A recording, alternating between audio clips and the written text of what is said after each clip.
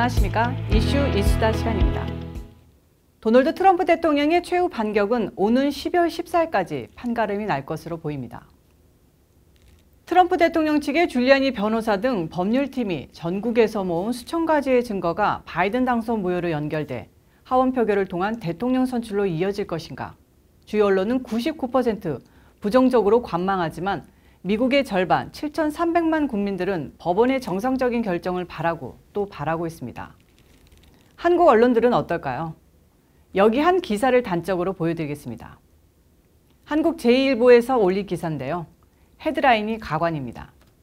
검은 땀 주르륵, 대선 안 끝났다. 트럼프 변호인 흑채 망신. 이게 한국 대표 언론이 미국 국민들의 초유 관심사였던 줄리아니 변호사와 트럼프 변호인단의 기자회견을 대하는 자세였습니다. 첫 문단을 그대로 읽어보면 도널드 트럼프 미국 대통령의 개인 변호사 루돌프 줄리아니 전 뉴욕시장이 기자회견에서 흑채땀을 줄줄 흘리며 대통령 선거에 폭넓은 부정이 있었다며 대선은 끝나지 않았다고 주장했다. 하지만 기자회견 내용보다 주목을 받은 건 줄리아니 변호사의 땀이었다. 그의 머리에 뿌린 흑채가 땀과 섞여 양볼 위로 줄줄 흘러내렸기 때문이라고 적었습니다. 또 CNN이 혹평했다는 내용은 자세히 내보내지고 폭스뉴스가 줄리아니가 트럼프 대통령의 대선 소송과 관련해 미리 짜인 부정선거 계획이 있었다는 문제를 제기했다며 이는 투표와 개표의 정당성에 초점을 맞춰온 기존의 문제 제기와 다른 접근이라고 했다고만 썼습니다. 트럼프 대통령 진영의 반격을 인정조차 하지 않는 분위기인데요.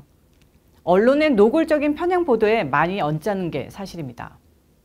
자, 주류 언론의 시각대로 트럼프 대통령의 마지막 반격이 불발에 그친다면 트럼프 대통령은 패하는 것일까요?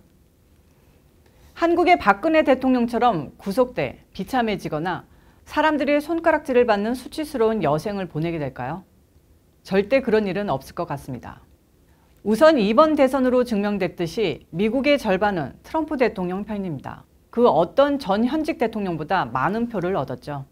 무려 7,300만 표입니다.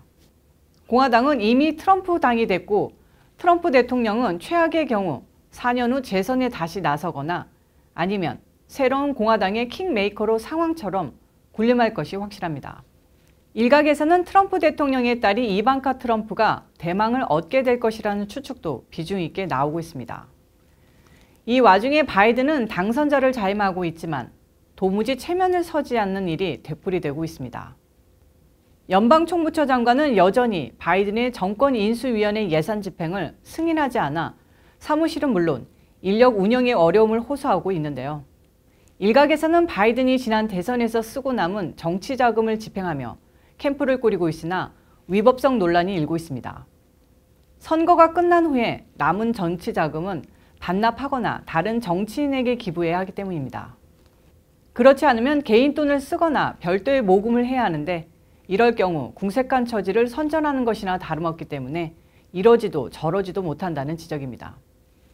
대통령 당선자는 국방, 외교, 안보 분야의 최고위급 공무원으로부터 엄선된 브리핑을 받고 취임식 이후 곧바로 정책을 집행하는 등 정책적 연속성을 유지해야 하는데 정부 부처 공무원 브리핑을 받지 못하자 민간기관 전문가를 초청해 브리핑을 받는 등 체면 깎는 모양새만 연출하고 있습니다. 바이든 진영에서는 연일 차기 내각 하마평을 내놓으며 취임 초기 언론과의 허니문 계획을 짜고 있으나 국민들의 진짜 관심은 트럼프의 향후 진로에 초점이 맞춰져 있습니다. 결국 바이든은 트럼프에게 협상 카드를 제시하고 말았습니다. 그는 자신의 최측근 5명에게 대통령 임기를 트럼프에 대한 조사로 낭비하고 싶지 않다고 말했습니다. 민주당 강경파들이 트럼프에 대한 강력한 조사와 처벌을 요구하는 것과 대비되는 것인데요. 바이든은 특히 트럼프의 탈세 혐의 조사, 그리고 트럼프가 백악관을 떠나기 전 측근에 대한 대규모 사면 가능성에 대해 크게 걱정했는데 이러한 일들도 모두 털어내고 앞으로 전진해야 한다고 말했습니다. 그의 측근들은 최악의 경우에도 바이든이 트럼프를 기소하기보다는 문제를 해결하는 쪽으로 가닥을 잡아가고 있다고 밝혔습니다. 한마디로 요약하자면 트럼프와의 협상을 요구하고 있다는 것입니다. 바이든 진영에서는 현재 트럼프와 가족, 기업, 측근 등에 대해 진행되고 있는 연방 법무부의 조사 중단과 사명카드를 제시하는 것으로 알려졌습니다. 그러면서도 앞으로 새 행정부는 연방법무부가 누구를 조사하든 말든 전혀 간섭하지 않을 것이라고 밝혀 협상이 어긋날 경우 연방법무부가 마음대로 수사할 수 있게 놔두겠다는 경고도 포함시켰습니다.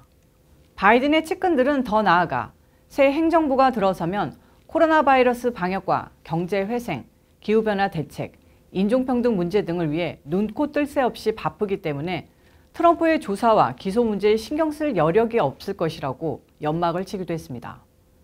어차피 트럼프에 대한 관심을 쏟기 어려우니 바이든이 전향적으로 협상을 제안할 때 못 이기는 척하면서 협상 테이블에 앉으라는 신호나 마찬가지입니다. 그러나 트럼프 입장에서는 바이든보다 훨씬 강력하게 결집해 있는 자신의 지지 계층이 연일 부정선거 규탄 시위를 벌이고 있는 와중에 바이든이 함부로 자신을 조사하지 못할 것이라는 사실을 잘 알고 있습니다. 대신 바이든의 제안에 코웃음을 칠 가능성이 높습니다. 내년 1월 20일 취임식 전까지는 아직 6주의 시간이 남아 있습니다. 그리고 연방법무부는 트럼프가 완벽하게 장악하고 있습니다. 바이든이 정말 무서워하는 것은 트럼프가 공권력을 동원해 바이든 진영에 대한 부정선거 수사를 본격적으로 진행하는 것입니다. 트럼프는 4년 동안 연방법무부 장관을 5명이나 임명했습니다. 장관이 정치적 수사 지시를 반대하거나 거부할 경우 가차없이 트위터 메시지로 해고해버렸습니다. 트럼프의 충복으로 알려진 윌리엄 바 연방법무부 장관은 선거 직후 곧바로 부정선거 조사를 위한 태스크포스 팀을 꾸리고 사전조사 작업이 진행되고 있으며 조만간 대규모 수사팀을 꾸릴 것으로 보입니다. 바이든이 측근을 통해 흘리고 있는 연방법무부 관련 소식은 트럼프 지시로 대규모 조사에 임박했다는 신호로 읽을 수 있습니다.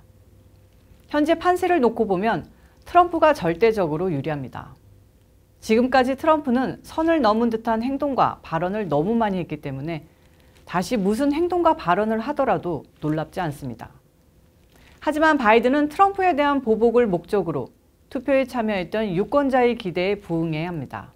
바이든이 지지자들의 염원을 무시하고 트럼프와의 협상에 나선다면 지지자들의 대우는 급격하게 무너지고 오히려 반 바이든 전선이 형성될 수 있습니다.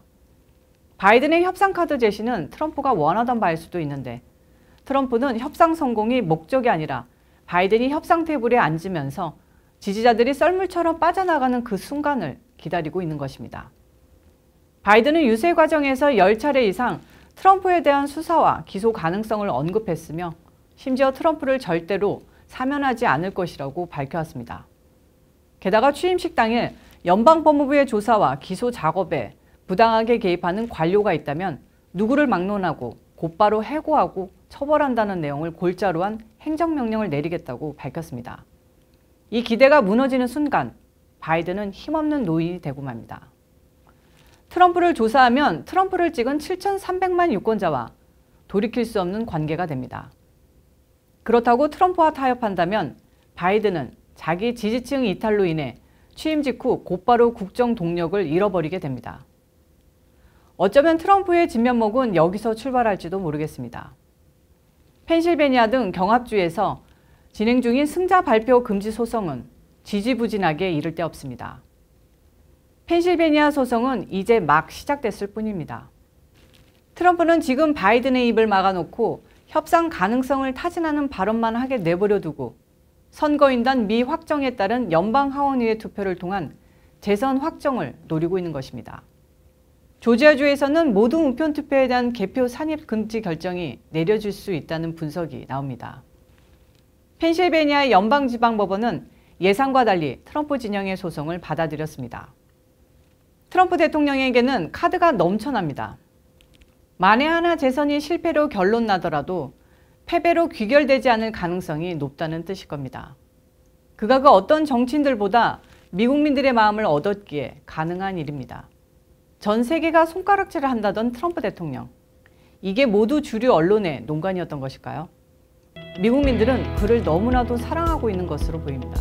지금까지 이슈 이수다였습니다. 좋아요와 구독 부탁드립니다.